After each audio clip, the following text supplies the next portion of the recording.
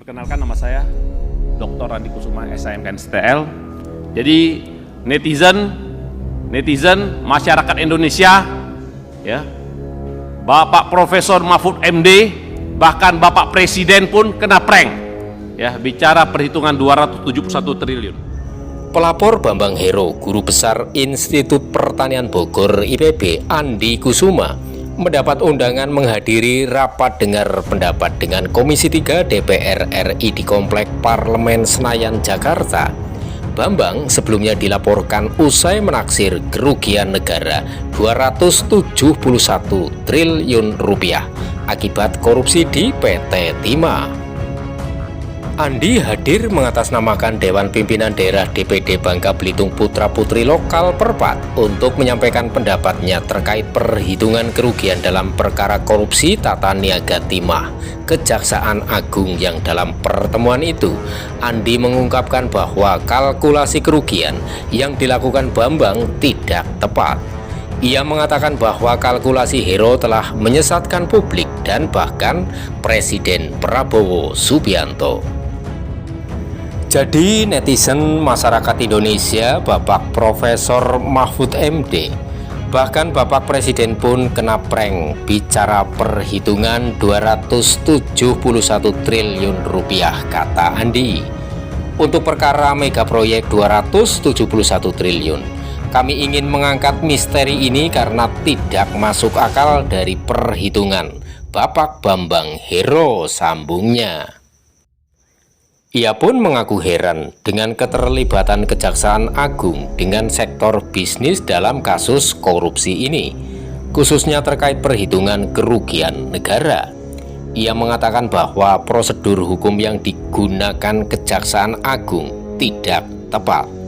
Ia mengatakan bahwa pihak swasta yang diadili di pengadilan melakukannya sesuai dengan perjanjian kerjasama dengan PT Timah.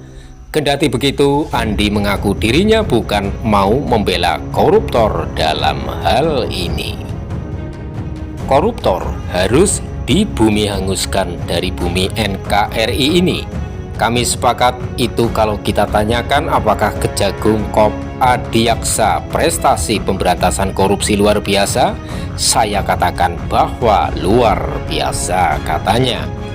Menanggapi hal itu, Ketua Komisi 3 DPR RI Habibur Rahman yang memimpin rapat menyampaikan jika pihaknya akan memanggil jajaran Kejagung untuk membahas masalah ini. Sekadar informasi, organisasi masyarakat di Polda Bangka Belitung sebelumnya telah mengadukan Bambang ke polisi terkait keterlibatannya dalam penghitungan kerugian negara akibat tindak pidana korupsi. Menanggapi laporan Polda Babel, Bambang Hero sudah menyatakan akan menghormati proses hukum yang berlaku. Ia telah menjalankan tugasnya sesuai protokol, sehingga tak mau ambil pusing dengan laporan tersebut. Assalamualaikum warahmatullahi wabarakatuh.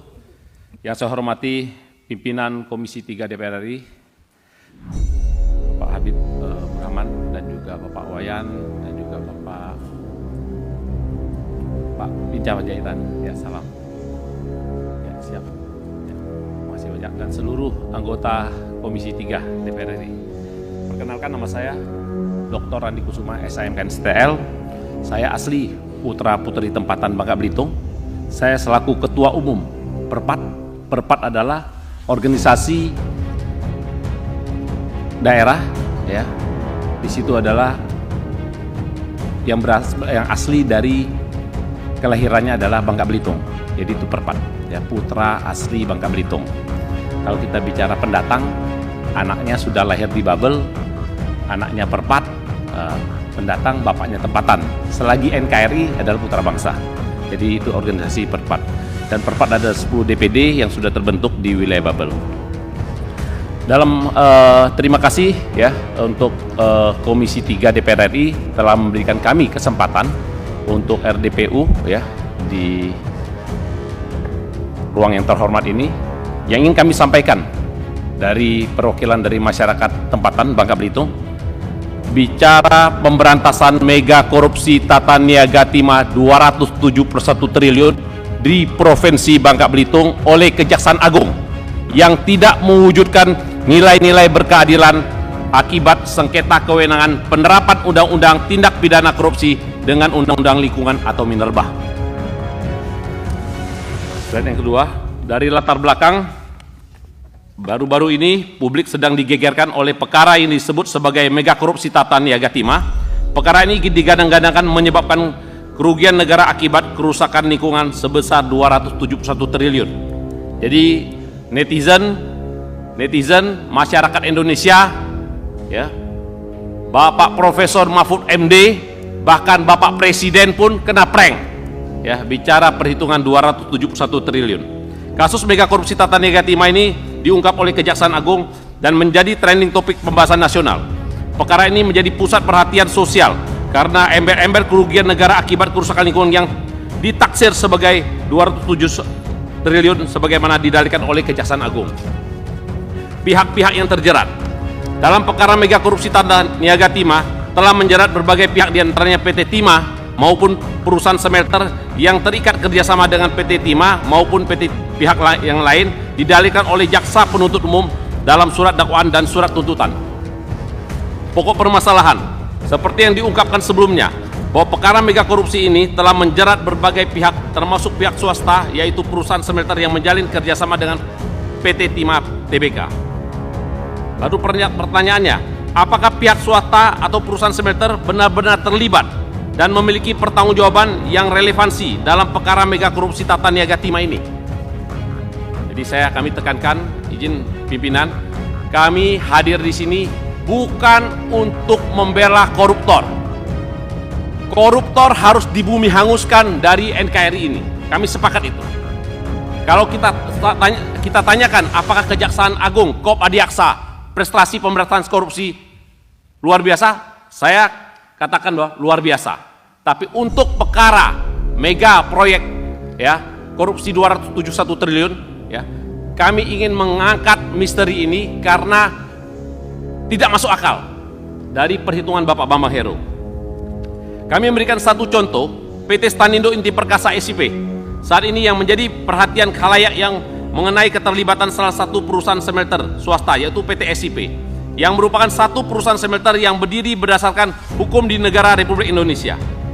Perkara ini telah menjerat direktur maupun komisaris, ya, PT SIP, Suwito Gunawan dan MB Gunawan, yang notabene merupakan mitra kerjasama PT Timah Tbk dalam melakukan kerjasama peluburan timah berdasarkan perjanjian kerjasama yang disahkan secara langsung oleh pihak PT Timah Tbk.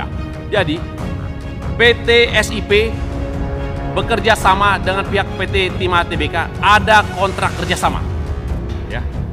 Lalu yang menjadi pertanyaan, apakah kerjasama peluburan timah dapat dikategorikan tindak pidana korupsi? Apakah terdapat kerugian negara yang relevan dalam kerjasama peluburan timah tersebut? Dugaan pelanggaran yang dilakukan oleh PT SIP ini dugaan, ya, dakwaan, kami kutip dari dakwaan dari jaksa. Yang pertama, melakukan pembelian atau pengumpulan biji timah dari penambang ilegal di wilayah IUP PT Timah Tbk. Kedua, menerima pembayaran biji timah dari PT Timah Tbk yang diketahui biji timah yang dibayarkan tersebut berasal dari penambang ilegal dari wilayah IUP PT Timah Tbk. Ketiga, mengadakan pertemuan dengan Mokhtar Riza Palepi Tabrani selaku Direktur Utama PT Timah Tbk dan Alvin Akbar selaku Direktur Operasional dan Produksi PT Timah Tbk dan 27 pemilik smelter swasta untuk membahas permintaan Mokhtar Riza Palepi Tabrani dan Alvin Akbar atas biji timah sebesar 5% dari kuota ekspor smelter-smelter swasta, karena biji timah yang diekspor oleh smelter-smelter swasta tersebut merupakan hasil produksi yang bersumber dari penambang ilegal di wilayah IUP PT Timah Tbk. Hal ini yang tak masuk akal. Tambang di wilayah IUP PT Timah ilegal, punya SPK, tapi dianggap ilegal oleh pihak kejaksaan. Di mana penegakan hukum yang mempunyai nilai-nilai keadilan? Melakukan memberikan modal uang kepada para kolektor dan penambang ilegal yang melakukan penambangan di wilayah IUP PT Timah Tbk, mengetahui bahwa biji timah yang nantinya dimurnikan dalam kegiatan kerjasama sewa peralatan processing pengelogaman dengan PT Timah Tbk tersebut berasal dari penambangan ilegal di wilayah IUP PT Timah TBK. Terdapat kemahalan harga dan mengetahui bahwa bahan baku biji timah berasal dari penambangan tidak sah atau kolektor yang tidak berizin. Menyerahkan biaya pengamanan sebesar 500 US garis miring 750 US per ton yang seolah-olah dana CSR Corporate Social Responsibility CSR kepada Harvey Muiz atas permintaan Harvey Muiz, di mana dana tersebut kemudian dikelola Harvey Muiz melalui Helena selaku beneficiary owner PT Quantum Skyline Exchange. Rumusan dakwaan. Izin Bapak Pimpinan, kenapa kami sampaikan slide ini? Agar masyarakat Indonesia, agar netizen se-Indonesia sama-sama kita melakukan demografi. Karena kalau kita sebagai pengamat hukum, kita sebagai netizen, kita sebagai profesor, kita sebagai dari universitas atau apapun itu bentuknya, kalau tidak melakukan demografi secara keseluruhan, maka kita akan memberikan pertimbangan sesat. Ya, sama-sama hari ini ya, terima kasih untuk Komisi 3 telah memberikan kesempatan kepada kami. Kami lanjutkan. Rumusan dakwaan jaksa penuntut umum bahwa berdasarkan dugaan pelanggaran sebagaimana ditampilkan sebagai sebelumnya yang melatar belakangi ditetapkan MB Gunawan Direktur PT SIP dan Suito Gunawan Komisaris PT SP sebagai tersangka dalam perkara mega korupsi tata niaga timah sebagaimana dimaksud dalam surat dakwaan jaksa penuntut umum yang menyebutkan bahwa MB Gunawan Direktur PT SP dan Suito Gunawan Komisaris PT SP telah memenuhi unsur tindak pidana korupsi, tindak pidana pencucian uang sebagaimana diatur dan diancam pidana pasal 2 ayat 1 junto pasal 18 Undang-Undang Nomor 31 Tahun 1999 tentang pemberantasan tindak pidana korupsi sebagaimana telah diubah dengan Undang-Undang Nomor 20 Tahun 2001 tentang perubahan atas Undang-Undang Nomor 31 Tahun 99 tentang pemberantasan tindak pidana korupsi junto pasal 55 ayat 1 ke 1 KUHP pidana sebagaimana dalam dakwaan ke-1 primer dan pasal 3 Undang-Undang Nomor 8 Tahun 2010 tentang pencegahan dan pemberantasan tindak pidana pencucian uang junto pasal 55 ayat 1 ke 1 KUHP pidana sebagaimana dalam dakwaan kedua primer. Namun atas dakwaan tersebut, di manakah unsur pidana korupsi maupun pencucian uang sebagaimana yang didalilkan oleh jaksa penuntut umum? Izin yang mulia. Kilas balik duduk perkara. Berdasarkan audit investigasi yang kami lakukan, audit legal dan aliran dana keuangan yang sedang kami lakukan bersama kantor akuntan publik ya, yang terdaftar Dr. Suhartati dan rekan melalui Dr. Ani ZM, SEMM selaku auditor melalui penunjukan oleh kantor hukum Akalofum dan partner. Ditemukan fakta-fakta sebagai berikut. Yang pertama, bahwa pada mulanya SIP menjalin kerjasama dengan PT Timah TBK dalam bidang peleburan timah. Kerjasama ini dijalankan secara legal berdasarkan perjanjian nomor 740 garis miring TBK SP 000 garis miring 18 strip S 11.4. Itu lanjutan ya, ada bicara kontrak kerjasamanya. Bahwa perjanjian nomor 740 berisikan tentang perjanjian sewa menyewa peralatan processing untuk pengelogaman timah dengan permurnian jumlah material sebesar 98,5%. Bahwa dalam perjanjian tersebut, apabila seluruh produk yang dihasilkan dari kegiatan pengelolaan pemurnian dan atau pemurnian biji timah berasal dari IUP PT Timah TBK. Jadi seluruh bahan baku bersumber dari lokasi IUP PT Timah TBK. Bahwa PT SIP hanya sebagai penyewa peralatan processing pengelogaman bukan sebagai perusahaan penambang. PT SIP izin pimpinan tidak pernah melakukan penambangan ya. Jadi dia hanya bicara dia mempunyai smelter yang kerjasama dengan pihak PT Timah, itu pun PT Timah yang datang karena mesinnya digital ya. Jadi kalau bicara pemurnian menggunakan mesin PT SIP itu 1 kali, kalau menggunakan mesin PT Timah harus 3 kali. Bicara costing jauh lebih murah bicara smelter.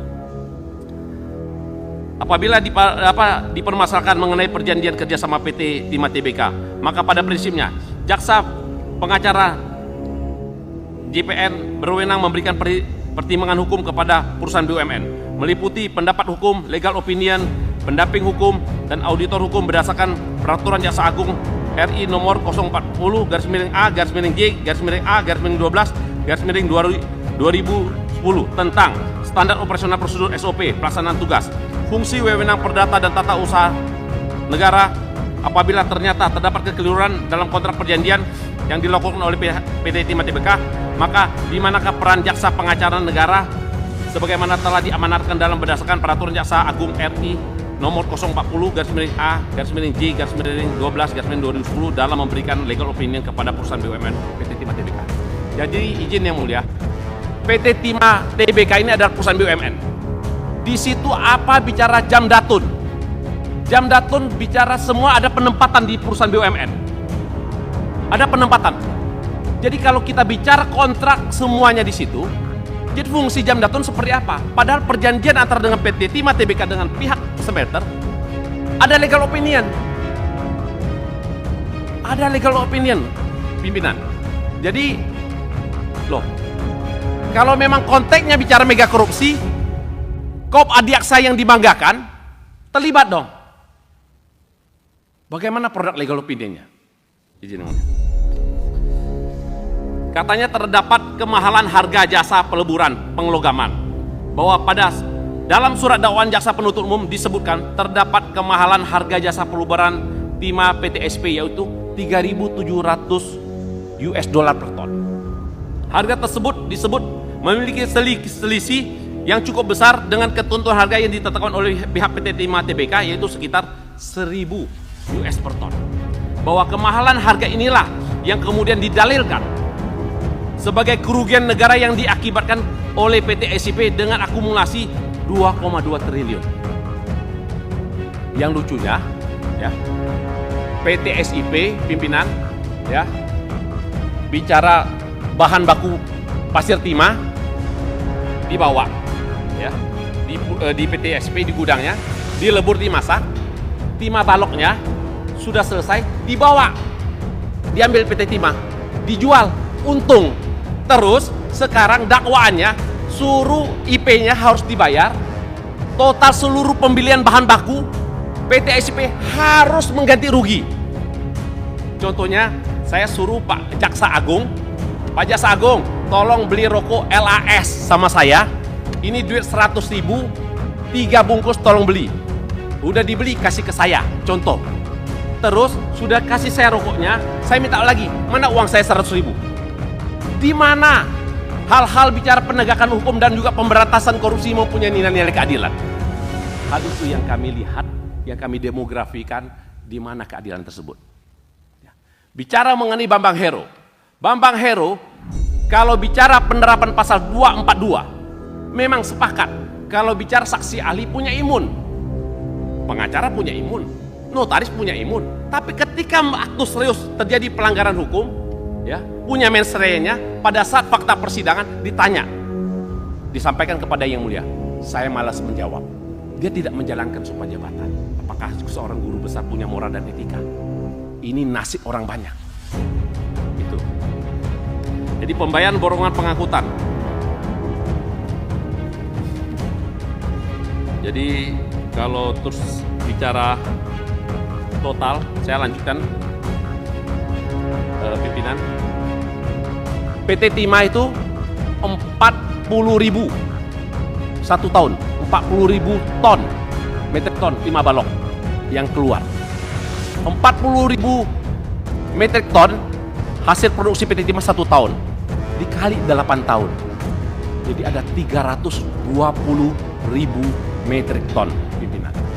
Itu produksi PT Timah. Dibagi 50%, 50% laut, 50% darat.